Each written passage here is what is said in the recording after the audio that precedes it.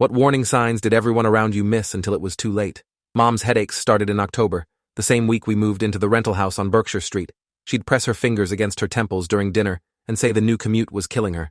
Dad suggested she take ibuprofen and get more sleep. By November, she was taking 6 pills a day and sleeping 9 hours a night, but the headaches kept getting worse. I watched her wince every time she turned her head too fast, watched her close her eyes against the kitchen lights like they were physically painful. She started wearing sunglasses inside the house, claiming the overhead fixtures gave her migraines. Dad bought dimmer switches and installed them in every room, thinking that would help. Dad's personality changed around the same time, but so gradually that nobody noticed at first. He'd always been patient, the parent who helped with homework and taught us to ride bikes without losing his temper. But suddenly, he was snapping at my younger brother Leo for leaving shoes in the hallway. He'd yell at my sister Ivy for talking during dinner. He'd slam cabinets and mutter under his breath about things that never bothered him before. Mom said he was stressed about work. His construction company had lost a major contract and money was tight. I said he was being an asshole. Neither of us was right. But the explanation seemed to fit. And when explanations fit, people stopped looking for other answers. Leo turned 6 in November and stopped being the sweet kid who shared his toys and hugged everyone. He started hitting Ivy when she touched his stuff. He'd scream and throw things when Mom told him to brush his teeth. His kindergarten teacher called to say he'd bitten another student during circle time, leaving teeth marks deep enough to break skin. Mom took him to a child psychologist named Dr. Melissa Frost, who said it was normal adjustment to the new house, normal sibling rivalry, normal developmental phase. Dr. Frost gave Mom a handout about positive reinforcement techniques and scheduled follow-up appointments. Everything was normal, except it wasn't normal at all. But Dr. Frost had seen hundreds of aggressive kindergartners, and Leo looked like just another case. Ivy was 8, and suddenly couldn't stay awake. She'd fall asleep during cartoons, during car rides, during dinner with her face nearly in her plate. The pediatrician ran blood tests checking for anemia, thyroid problems, vitamin deficiencies. Everything came back fine. He said she was probably growing. Kids need lots of sleep during growth spurts, he explained, showing Mom a chart about childhood development. But Ivy wasn't growing. She was getting thinner, losing weight even though she ate the same amount. Her teacher sent notes home saying Ivy was sleeping through math class and had stopped turning in homework. Mom made another appointment, and the pediatrician suggested depression. Maybe Ivy was sad about the move. Maybe she was being bullied at the new school. He recommended talking to the school counselor. I was 16 and trying to hold everything together while my family fell apart around me. I'd always been the responsible one, the straight A student who never caused problems. Varsity soccer team captain, honor roll every semester, college applications already researched and organized. But my grades started slipping in November. I couldn't focus in chemistry class. I'd read the same paragraph 5 times and not retain a single word. My best friend Derek asked if I was okay, and I said yes, because I didn't know how to explain that my entire family was sick and nobody could figure out why. He said I seemed distant and distracted. I said I was fine and changed the subject because what else could I say? The house was nice enough on the surface. 3 bedrooms, 2 bathrooms, updated kitchen with stainless steel appliances. The landlord was a guy named Raymond Kemp who owned 6 rental properties around town.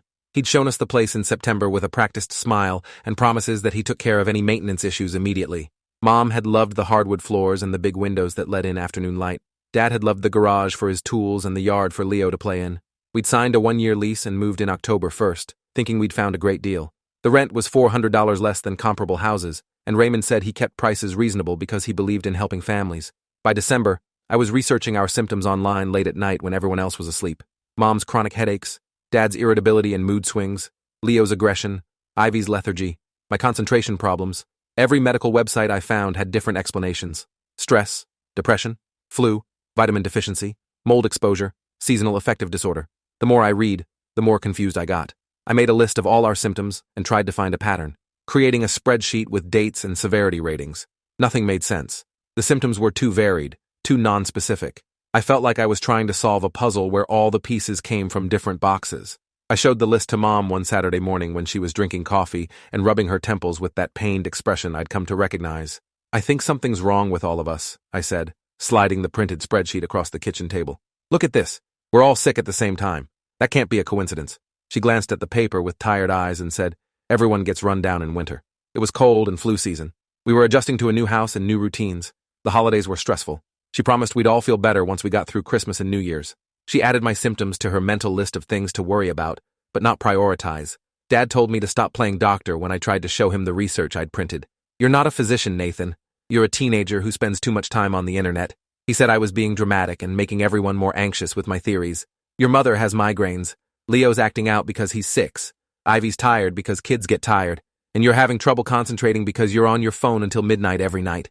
Each symptom had a simple explanation when you looked at them individually. It was only when you saw them all together that the pattern emerged. But Dad was too angry and confused to see patterns. He was too busy fighting with himself about why he couldn't control his temper anymore. The school counselor, Ms. Ramirez, called me into her office in mid-December after I failed 2 tests in the same week. She was a kind woman in her 50s who'd been counseling students for 20 years and thought she'd seen everything. She asked about home life, and I told her everyone was sick. "Define sick," she said, leaning forward with professional concern. I explained the headaches and the anger and the sleeping and the aggression. She nodded sympathetically and said, "Your parents are getting divorced, aren't they?" I stared at her in confusion. "No, they're not divorcing. They're just both really stressed, and my dad's been acting weird and everyone's having all these symptoms." Ms. Ramirez made notes in her file and said family stress affects students in many ways. She recommended I focus on self-care and not take on my parents' problems. She gave me a pamphlet about children of divorce, even though I insisted my parents weren't divorcing. She completely missed what I was actually saying because she was hearing what she expected to hear based on years of experience with stressed teenagers. Our family doctor was worse. Mom took all 4 of us for a checkup in January when Leo's school threatened to send him home if his behavioral issues didn't improve. Dr. Jeremy Williams had been our doctor for 8 years and knew our whole medical history. He examined each of us separately, asked basic questions about sleep and appetite and stress levels, took blood pressure readings. He prescribed antidepressants for Dad's mood swings, saying middle-aged men often experience depression. He referred Mom to a neurologist for her headaches, thinking maybe it was something structural. He said Leo needed behavioral therapy and possibly medication for ADHD. He said Ivy needed more iron in her diet and should see a sleep specialist. He told me to get more exercise and reduce screen time, standard teenage advice. 4 different diagnoses for 4 different people, never once considering we might all be sick from the same thing. But Dr. Williams was following his training. Rule out common things first. Treat symptoms as they present. He was doing everything right according to medical protocol and still completely missing what was killing us. Derek started avoiding me at school because I was always complaining and bringing everyone down with negative energy. He said I'd changed, that I wasn't fun anymore, that I was obsessed with everyone being sick when maybe we were all just fine and I was the problem. One day at lunch in late January, he moved to a different table without explanation. When I asked why, he said he needed a break from my constant negativity. He stopped inviting me to hang out and started eating lunch with different friends. I wanted to be angry at him, but I was too tired. Everything required so much energy I didn't have. Walking to class felt like running a marathon. Holding a conversation felt like solving calculus problems while drowning. The dog died in February. Bailey was a 5-year-old golden retriever who'd been healthy his entire life. He started refusing food in January and throwing up in the house. Mom took him to the vet twice. The vet ran blood tests and x-rays and couldn't find anything obviously wrong. She said maybe he'd eaten something that upset his stomach. Maybe he was stressed from the move. Maybe he needed time to adjust. Then one Monday morning, I came downstairs at 6:30 to get ready for school and found Bailey dead in his bed by the heating vent. His body was still warm. Mom was crying when the vet said it was probably his heart, that sometimes young dogs have congenital defects that don't show symptoms until suddenly they do. Sudden cardiac death happens in dogs just like in people, the vet explained. You couldn't have known. You couldn't have prevented it. These things just happen sometimes. Mom paid for the cremation and brought Bailey's ashes home in a wooden box that she put on the mantel. I stood in the kitchen staring at Bailey's empty bed and felt something click into place in my brain. The heating vent. Bailey always slept by the heating vents because he liked being warm. We'd all been spending more time near heat sources because winter was cold and the house was drafty. The furnace ran constantly, cycling on every 20 minutes, trying to keep up with the temperature we'd set on the thermostat. I'd noticed because the sound woke me up at night, that low rumble of machinery in the basement. I went down there and looked at the furnace for the first time since we'd moved in. It was old, maybe 30 years, with rust spots and patches where someone had tried to repair it multiple times with metal tape and sealant. I didn't know anything about furnaces, but I knew it looked wrong. The metal housing had discolored patches, and the pipes had residue around the connections. I told Dad the furnace looked dangerous and maybe we should have it inspected. He was making coffee and barely looked up from his phone. He said Raymond had it inspected before we moved in, and it was fine. I said Bailey died right next to a heating vent, and maybe that wasn't a coincidence. Dad's face went red, and he slammed his coffee mug on the counter hard enough that it cracked. The dog had a heart problem. The vet said so. Now drop it. I'm sick of your conspiracy theories about every damn thing. His anger was so disproportionate to what I'd said that it scared me. The dad I'd known my whole life wouldn't yell at me for being concerned about safety. He wouldn't break dishes and swear at his son over a simple question. But I didn't know yet that the poison was changing his brain, making him someone he didn't recognize. Mom's neurologist appointment in March found nothing wrong. Dr. Patel did an MRI and found no tumors, no structural abnormalities, no obvious cause for headaches that had persisted for 5 months. The neurologist prescribed different medications, stronger triptans and preventive drugs that made Mom feel foggy and disconnected. She said sometimes chronic headaches don't have a clear diagnosis, that they fall into the category of primary headaches without underlying pathology. Mom came home with bottles of pills and cried in her bedroom. Through the door, I heard her tell Dad she felt like she was going crazy, that the pain was real, but nobody believed it was as bad as she said. Dad said maybe she should see a therapist because maybe it was psychosomatic. Maybe she was manifesting physical pain from emotional stress. Mom didn't talk to him for 2 days after that. Leo got suspended from kindergarten for 3 days after he threw a chair at his teacher during story time. Mrs. Hutchins had been teaching for 15 years and had never been afraid of a student before. But Leo had grabbed the small plastic chair and hurled it with force she didn't know 6-year-olds possessed. The chair hit her in the shoulder and left a bruise. The school psychologist, Dr. Ramon Delgado, said Leo was exhibiting signs of oppositional defiant disorder and needed intensive behavioral intervention. He might need medication. He definitely needed therapy. Mom and Dad met with teachers and counselors, and everyone had suggestions. Stricter discipline, rewards charts, consistent consequences, timeouts, natural consequences. Everyone had an opinion about what Leo needed, but nobody suggested that a 6-year-old who'd been sweet and gentle for his entire life, suddenly throwing chairs, might be sick instead of bad. Ivy stopped talking in March. Not completely, but she'd answer questions with one-word responses and spent hours just staring at the TV without really watching. Her teacher, Ms. Laura Grant, sent increasingly worried emails about Ivy's disconnection from class activities. She'd fall asleep at her desk. She'd forget her homework. She'd stare into space when called on. She seemed depressed, Ms. Grant wrote, and the school was concerned about her well-being. Mom made an appointment with a family therapist named Dr. Vincent Shaw, who specialized in childhood depression and anxiety. The session was a disaster. Ivy fell asleep on the therapist's couch 15 minutes in and couldn't be woken up. Dr. Shaw said that was a trauma response, that something was clearly wrong in our family dynamic, causing Ivy to shut down psychologically. He asked probing questions about discipline methods and family communication patterns. He asked if there was abuse or neglect happening at home. Mom was so offended she walked out mid-session and never went back. She called Dr. Shaw incompetent and said he was looking for problems that didn't exist. I started hallucinating in April. Small things at first. Shadows moving in my peripheral vision that weren't really there when I turned to look. Sounds like whispers when nobody was talking. Like the house itself was murmuring secrets I couldn't quite hear. I'd think I saw Bailey in his bed, and then remember he was dead. Once I saw him clearly in the hallway, his tail wagging, and reached down to pet him before my hand passed through empty air. I told myself it was stress and lack of sleep and grief about the dog. I didn't tell anyone because I was already the dramatic one, the WebMD doctor, the conspiracy theorist who thought the furnace killed our dog. If I admitted I was seeing things, they'd put me on antidepressants like Dad, and nothing would get better.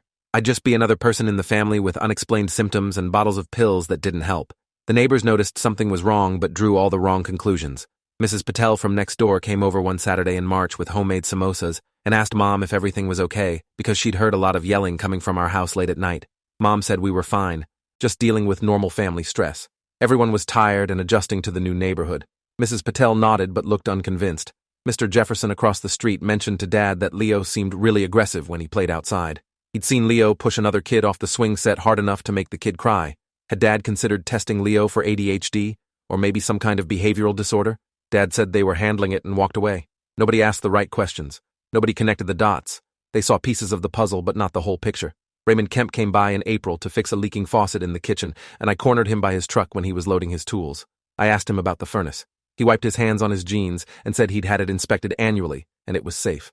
I asked specifically if he'd had it inspected since we moved in. He paused, just for a second, and said it wasn't necessary. Inspections were only required every few years by code. I asked if he'd install carbon monoxide detectors, because I'd been reading about how important they were in houses with gas furnaces. He laughed, actually laughed, and said the house already had smoke detectors, and that was sufficient. Besides, he said, CO detectors go off all the time with false alarms. They're more trouble than they're worth. You kids worry too much about things that aren't problems. He made me feel stupid for asking, like I was paranoid and immature. I went back inside, convinced I was overreacting. My grades were failing by May. I got a D in chemistry and C's in everything else. My college counselor, Mrs. Diana Ruiz, called me in to discuss how this would affect my applications. She was disappointed, the kind of disappointed that hurts worse than anger. She'd written my recommendation letters already, praising my academic excellence and leadership on the soccer team, and now I was making her look wrong. I tried to explain that I couldn't focus, that something was wrong, that my whole family was sick. She said a lot of students struggle with stress junior year and suggested I needed to develop better coping mechanisms. She recommended meditation apps and time management techniques and study groups. She gave me a book about overcoming perfectionism because clearly my problem was setting unreasonably high standards for myself. She never once asked why an honor student and team captain who'd never gotten below a B in his life was suddenly failing every class. She saw what she expected to see, a stressed teenager cracking under pressure, not a poisoned kid whose brain was suffocating. The hallucinations got worse. I'd see people in my room at night who disappeared when I turned on the light, shadow figures standing in corners watching me. I'd hear my name being called by voices that sounded wrong, distant and echoey like they were coming from underwater. Nathan, Nathan, over and over, but nobody was there when I looked. I'd feel like I was forgetting how to breathe and have to remind myself manually. Inhale, exhale, concentrating on each breath like it was a deliberate action instead of automatic. I'd wake up not knowing where I was or how I got to bed. I started writing notes to myself so I'd remember things. Monday, went to school, came home, ate dinner, did homework, bed. Without the notes, whole days would vanish from my memory like they'd been erased. Mom stopped going to work in early May. She'd been missing days here and there since March, calling in sick when her headaches were too severe to function. But the first week of May, she called in sick 3 days in a row, and her boss, Mr. Gary Thornton, said if she didn't come back with a doctor's note, she'd be fired. The school district where Mom worked as an administrative assistant had strict attendance policies. Too many people abused sick leave and they'd cracked down. Mom went back to Dr. Williams, who'd been seeing her monthly and running tests that found nothing medically wrong. He wrote a note saying she had chronic migraines and depression and should be allowed reasonable accommodation under the Americans with Disabilities Act. Her boss was sympathetic but said she couldn't keep missing work indefinitely. They needed reliable staff. Mom cried in the parking lot of her workplace for 30 minutes before driving home. Dad's rage was constant now. He'd explode over nothing, over things so trivial that we all started walking on eggshells trying not to trigger him. A dish in the sink. Ivy leaving a crayon on the table. Me asking him a question when he was watching TV. He'd scream until his face turned purple and the veins in his neck stood out. He'd slam doors hard enough to rattle pictures on the walls. He'd punch walls and leave holes in the drywall that he'd stare at afterward like he couldn't believe his own hands had done that. Mom would try to calm him down and he'd yell at her too, saying she was enabling the kids. She was too soft. She was part of the problem. Leo would start crying, and Dad would yell at him to stop being a baby, stop being weak. The house felt like a powder keg, waiting for someone to light a match. We were all afraid all the time. I collapsed at school on a Friday morning in mid-May during the passing period between second and third period. 1 minute I was walking to English class with my backpack over one shoulder, thinking about the essay I hadn't finished. The next minute I was on the floor with teachers surrounding me asking if I could hear them. I couldn't remember falling. Couldn't remember anything except suddenly the ceiling was where the floor should be, and people were calling my name from very far away. Their voices sounded muffled like I was underwater. The school nurse, Ms. Patricia Wong, checked my pulse and said it was racing, over 120 beats per minute. She called an ambulance because my lips were turning blue, and she couldn't get my oxygen saturation above 88%. She stayed with me, holding my hand, talking to me in a calm voice that I could barely hear over the ringing in my ears. The ER at County General was busy and loud and too bright, fluorescent lights that made my head pound. A nurse with kind eyes and quick hands took my blood pressure and said it was too low, 90/60. She asked about medications and I said none. She asked about drugs, recreational substances, and I said no, never. She asked if I'd eaten today and I couldn't remember. Had I eaten breakfast? Had I eaten dinner last night? I couldn't pull the memories up. She asked if I was depressed, if I'd been thinking about hurting myself. I said everyone in my family was sick, all of us, for months. She made a note on her clipboard and moved on to the next patient. I lay on a gurney in the hallway for 40 minutes before a doctor came. 40 minutes of staring at ceiling tiles and listening to other people's emergencies and wondering if I was dying. Dr. Keisha Foster was young, maybe 30, and intense in a way that made you pay attention. She had her dark hair pulled back in a tight bun and wore glasses that kept sliding down her nose. She actually listened when I talked, instead of just waiting for her turn to speak. I told her everything because she was the first person who seemed to really hear me. Mom's 5-month headache that neurologists couldn't explain. Dad's personality change from patient to violent. Leo's aggression that came from nowhere. Ivy's lethargy and weight loss. My hallucinations and memory problems. Our dog dying suddenly next to a heating vent. She asked question after question, writing everything down in fast shorthand, her expression getting more serious with each answer. Does anyone else in your family have these symptoms? Dr. Foster asked, underlining something in her notes. Yes, I said. Everyone. We're all sick. That's what I've been trying to tell people for months, but nobody listens. What kind of heating do you have? Dr. Foster asked suddenly. Forced air? Radiators? Heat pump? I said forced air with an old furnace in the basement. I described the rust spots and the metal tape and how the furnace ran constantly. She pulled out her phone and started Googling something, reading rapidly, scrolling through pages. Then she looked at me with an expression I'd never forget, a mixture of horror and urgency. Nathan, I think your whole family has carbon monoxide poisoning. We need to test your blood immediately and get everyone else here right now. Everything moved fast after that. Nurses drew blood from my arm with practiced efficiency and started me on oxygen through a mask that covered my nose and mouth. Dr. Foster called my parents personally, not the hospital operator, and told them to bring Leo and Ivy to the ER immediately. "Don't stop at home," she said firmly. "Don't go inside the house for any reason. Come straight here right now." She called the fire department and told them to check our house for carbon monoxide, gave them the address, explained the situation. She ordered arterial blood gas tests for all of us. Within an hour, my entire family was in the ER, all of us getting oxygen through masks, all of us having blood drawn from multiple sites. The test results came back within 2 hours. Carboxyhemoglobin levels measured how much carbon monoxide was in our blood instead of oxygen. Normal levels are under 2% for non-smokers. Mom's level was 28%, Dad's was 25%, mine was 31%, Leo's was 22%, Ivy's was 35%, the highest, probably because she was the smallest and spent the most time sleeping at home. Dr. Foster explained that anything over 10% causes symptoms. Anything over 20% causes serious cognitive impairment.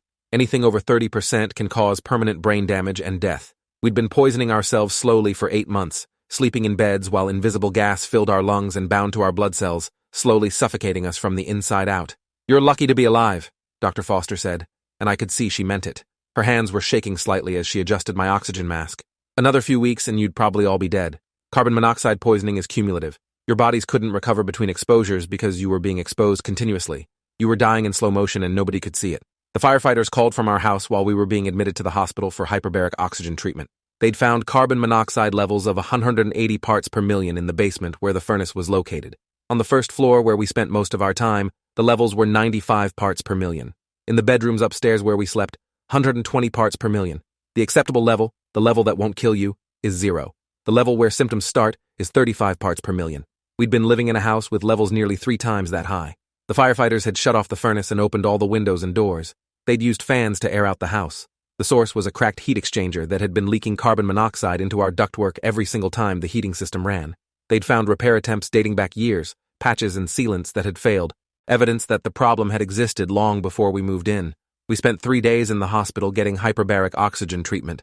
The treatment involved sitting in a pressurized chamber breathing pure oxygen at pressure higher than atmospheric. It forced the carbon monoxide out of our blood faster than normal breathing could. Mom cried the entire first day, partly from relief that we hadn't been going crazy, partly from horror at how close we'd come to dying. She kept saying, "I'm sorry," over and over to all of us, apologizing for not believing me when I said something was wrong. Dad was quiet, staring at the wall of the hyperbaric chamber, processing that his rage and violence hadn't been his fault. He'd thought he was becoming his own father, a man he'd sworn never to be like. Now he knew it was poison, not personality. But that knowledge didn't erase the memory of holes punched in walls and his children flinching when he raised his voice.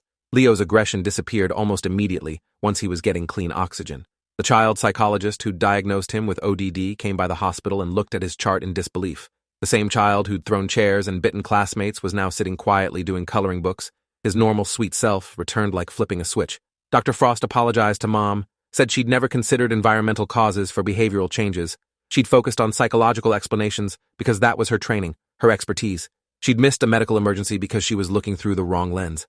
Ivy slept for 16 hours straight once we started treatment and woke up talking normally for the first time in months. She asked questions, told stories about school, engaged with us in ways she hadn't since January. Mom cried watching her, realizing how much of Ivy we'd lost, how much of our little sister had been stolen by poison we couldn't see or smell or taste. But the relief was short-lived. The doctors were still running tests on Ivy because her exposure levels had been the highest and lasted the longest. The doctor who oversaw our treatment was Dr. Ling, a toxicologist who specialized in environmental poisonings. He was in his 50s with gray hair and a gentle manner that made bad news slightly easier to hear. He explained that carbon monoxide binds to hemoglobin more than 200 times more efficiently than oxygen. When you breathe it in, it replaces oxygen in your blood, effectively suffocating you from the inside out. Low-level chronic exposure causes all the symptoms we'd experienced. Headaches because the brain isn't getting enough oxygen. Confusion and memory problems because brain cells are dying. Personality changes because the frontal lobe that controls impulse and emotion is starved. Aggression and mood swings because the whole nervous system is under stress. Lethargy because the body is conserving energy for essential functions. Hallucinations because the brain is trying to make sense of incomplete sensory information. The symptoms are so varied and non-specific that doctors often misdiagnose it as flu or depression or stress, Dr. Ling explained during a meeting on our second day. We call it the silent killer because you can't detect it without specialized equipment. It has no smell, no taste, no color, By the time people realize what's happening, they're often already unconscious or dead. He said the real tragedy was how many warning signs we'd all missed. You did everything right, he told me specifically on day 2, pulling up a chair next to my bed. You recognized everyone was sick. You documented symptoms. You tried to warn people. But carbon monoxide poisoning is uniquely insidious because the symptoms mimic so many other conditions. Every doctor who saw you was looking at individuals in isolation, not at the family unit as a system. They missed the pattern because patterns are hard to see when you're only looking at one piece at a time. He explained something that made my stomach turn. Everyone who'd come to our house had been exposed too, just in smaller doses. Ms. Ramirez when she did the home visit to assess my family situation, Dr. Williams when he made house calls to check on Mom, Dr. Shah when he met with us for family therapy before Mom walked out, even the neighbors who came over for coffee or stopped by to chat, they'd all been getting low-level CO exposure that made them just slightly less sharp, just slightly less able to think clearly. The poisoning had literally impaired the judgment of everyone trying to help us. They'd been making decisions about our welfare while being subtly poisoned themselves. The worst news came on day 3. Ivy's MRI showed damage to her hippocampus and basal ganglia from prolonged exposure to carbon monoxide. The hippocampus controls memory formation. The basal ganglia controls movement and some cognitive functions. Dr. Ling said she'd likely have permanent effects, including memory problems and learning difficulties. She was 8 years old and would need educational support for the rest of her life because we'd been breathing poison for 8 months and nobody figured it out in time. The damage is done, Dr. Ling said gently, showing Mom and Dad the brain scans with dark spots where there should have been healthy tissue. Her brain was developing during this period, and the lack of oxygen affected that development. With therapy and educational support, she can adapt and compensate, but she'll never be quite where she should have been without the exposure. Mom collapsed in the hallway outside Ivy's room, just completely fell apart, sobbing so hard she couldn't breathe. Dad held her while doctors and nurses walked around them, giving them privacy in the middle of a busy hospital corridor. I sat against the wall and watched my parents break and knew we'd never be the same. How could we be? We'd survived, but we'd lost something too. Ivy's potential, our innocence, our trust that the world was safe. Mom and Dad both showed cognitive impairment too, though less severe than Ivy's. Memory problems that Dr. Ling said might improve but might not. Difficulty with executive function, with planning and organizing and making complex decisions. He said they'd recover most of their abilities, but might never be completely back to baseline. The brain is remarkably adaptive, he said, but it's also fragile. Sometimes damage is permanent. I was lucky, Dr. Ling told me. My symptoms were reversible because I'd been spending less time at home than everyone else. My soccer practices after school, going to Derek's house when things got tense, avoiding family dinners when I could, all of that had literally saved my brain. The distance I'd created to escape my family's problems had protected me from the worst of the poison. The irony wasn't lost on me. My attempts to escape had been my survival. The fire marshal's investigation revealed that Raymond Kemp had been getting complaints about the furnace for 3 years. Previous tenants had reported feeling sick, having headaches, noticing strange smells. They'd called Raymond multiple times asking for repairs. He'd sent someone to look at it who'd patched the heat exchanger with sealant and tape instead of replacing it. One family had moved out early after 6 months, breaking their lease and forgiving their security deposit just to get away from the house. They'd been convinced the house was making them ill, but couldn't prove it. Raymond had kept their deposit claiming damages and rented to us 2 months later. The inspection documents Raymond showed us before we signed the lease were fabricated. Fire Marshal Douglas Crane traced the inspection company listed on the certificate. It didn't exist. The business license was fake. The certification stamps were fake. Raymond had created an entire paper trail to convince tenants his properties were safe when he knew they weren't.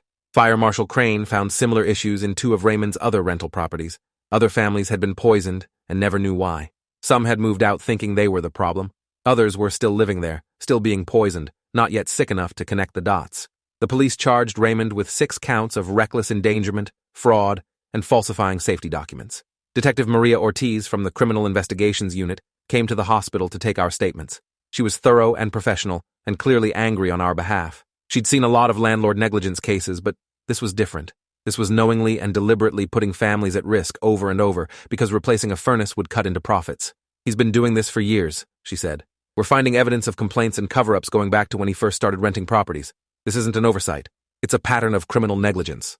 The district attorney, Michael Zhao, held a press conference announcing the charges. He said Raymond had endangered multiple families over multiple years to save money on furnace replacement. The heat exchanger that poisoned us would have cost $3,000 to replace. Raymond collected $2,400 per month in rent from our house alone. He'd chosen to risk our lives, to risk killing children, to save the equivalent of 6 weeks of rent. That calculation, that cold arithmetic of profit versus human life, made the crime especially egregious. We sued Raymond in civil court while the criminal case proceeded. My parents' attorney was a woman named Patricia Alvarez, who specialized in premises liability and had handled dozens of cases against negligent landlords. She was fierce and meticulous and deeply invested in making sure we got justice. She collected medical records from all 5 of us, testimony from Dr. Foster and Dr. Ling, fire marshal reports documenting the furnace defect, and evidence of Raymond's pattern of negligence spanning years. She found the family who'd broken their lease early, and they testified about their symptoms that disappeared after they moved out. Their 6-year-old son had been having behavioral problems exactly like Leo's. Their daughter had been sleeping all the time like Ivy. They'd thought something was wrong with their family when it was the house killing them. The trial took 6 months, and every moment was documented by local media. Raymond's attorney argued that carbon monoxide poisoning was hard to diagnose, and my parents should have installed their own detectors. They claimed Raymond had no way of knowing the furnace was dangerous since inspections had been performed. Patricia demolished that defense by proving Raymond had falsified the inspections and ignored specific complaints. She brought in the previous tenants. She brought in Fire Marshal Crane, who explained in detail how the furnace had been improperly repaired multiple times. She brought in Dr. Ling, who showed Ivy's brain scans to the jury and explained in simple terms that an 8-year-old girl would never be the same because a landlord valued money more than human life. The jury deliberated for 3 hours and found Raymond liable for medical expenses, lost wages, pain and suffering, and punitive damages totaling $4.2 million. Raymond's insurance covered the first $1 million. He'd have to sell all his properties to pay the rest. His rental business was finished. His reputation was destroyed. Local news covered the verdict extensively, and other landlords scrambled to inspect their furnaces, terrified of similar lawsuits. The city council passed an emergency ordinance requiring carbon monoxide detectors in all rental properties within 30 days. Some good came from our suffering, at least. The criminal case ended with Raymond pleading guilty to felony reckless endangerment. The judge sentenced him to 4 years in prison, which felt simultaneously too long and not long enough. 4 years for nearly killing 5 people and permanently damaging an 8-year-old's brain. But the prosecutor said it was a strong sentence for property-based charges and would serve as deterrent to other negligent landlords. Raymond showed no remorse at sentencing, just anger that he was being punished for what he called an unfortunate accident that could have happened to anyone. We never went back to the house on Berkshire Street. Dad hired movers to pack our belongings while the house aired out, but none of us could stand to be inside those walls again. The thought of breathing that air, even clean air now, made my skin crawl. We moved into an apartment with gas heat and immediately installed 5 carbon monoxide detectors, 1 in every room and 1 in the hallway. For months afterward, I'd wake up panicking in the middle of the night and have to check that the detectors were working. The steady green lights became the most comforting thing in my life, proof that the air I was breathing wasn't killing me. My memories of those 8 months are fragmented and unreliable, like trying to remember dreams. Dr. Ling said that's normal after CO poisoning. The brain forms memories improperly when it's not getting enough oxygen. I have journals from that time, a habit I'd kept since middle school, but reading them is disturbing. My handwriting deteriorates page by page, from my normal neat printing to shaky scrawls to barely legible scratches. My thoughts become increasingly disorganized. By May, I was writing the same things repeatedly and not realizing it. Something is wrong. Everyone is sick. Nobody will listen. Over and over, the same desperate message that nobody heard until it was almost too late. 3 years later, I'm pre-med at State University studying toxicology. I want to understand how invisible things can kill you, how to recognize patterns that others miss. My apartment has 4 carbon monoxide detectors, even though it's all electric and has no combustion sources. I test them weekly, pressing the button and listening for the beep that means they're working. My roommate thinks I'm paranoid until I tell him why. Then he goes out and buys more detectors for his parents' house. That's what survival looks like sometimes. Hypervigilance masked as caution, trauma masked as preparedness. Ivy is 11 now and reads at a 2nd grade level despite years of intensive therapy. She works with a reading specialist 3 times a week, has an IEP at school with accommodations for memory problems and processing delays. She'll never catch up to her peers, never have the life she was supposed to have before 8 months of poison damaged her developing brain. She's sweet and funny and tries so hard, and it breaks my heart every time she struggles with things that should be easy. My little sister, who wanted to be a veterinarian when she grew up now, can't multiply single-digit numbers without counting on her fingers. She carries that damage every day and will carry it forever because adults failed to protect her. Mom teaches awareness classes now about carbon monoxide poisoning at community centers and schools, showing pictures of our family before and after, explaining the symptoms we all missed, begging people to install detectors and maintain their heating systems. She's made it her mission to prevent other families from experiencing what we did. She says if one family listens and installs a detector because of our story, if one child doesn't end up brain damaged like Ivy, then maybe what happened to us had some purpose. I still see her cry sometimes when she thinks nobody's watching, grieving for the daughter she lost and the family we used to be. I don't know if I believe in purpose. I believe in negligence and consequences and the 1,000 small ways systems fail to protect people. I believed that Raymond valued profit over lives, and nobody stopped him until he'd poisoned multiple families. I believed that every adult who dismissed my concerns was doing their best with incomplete information, but their best wasn't good enough. The warning signs were everywhere, and nobody saw them until it was too late. That's what keeps me awake some nights. Not the memory of collapsing or the hallucinations or the 8 months of slow suffocation, but the knowledge that I told people. I showed them the symptoms. I asked for help, and every single person we trusted explained it away. That's the real horror. Not that we were poisoned, but that we were poisoned while standing in rooms full of people who should have saved us but couldn't see what was right in front of them.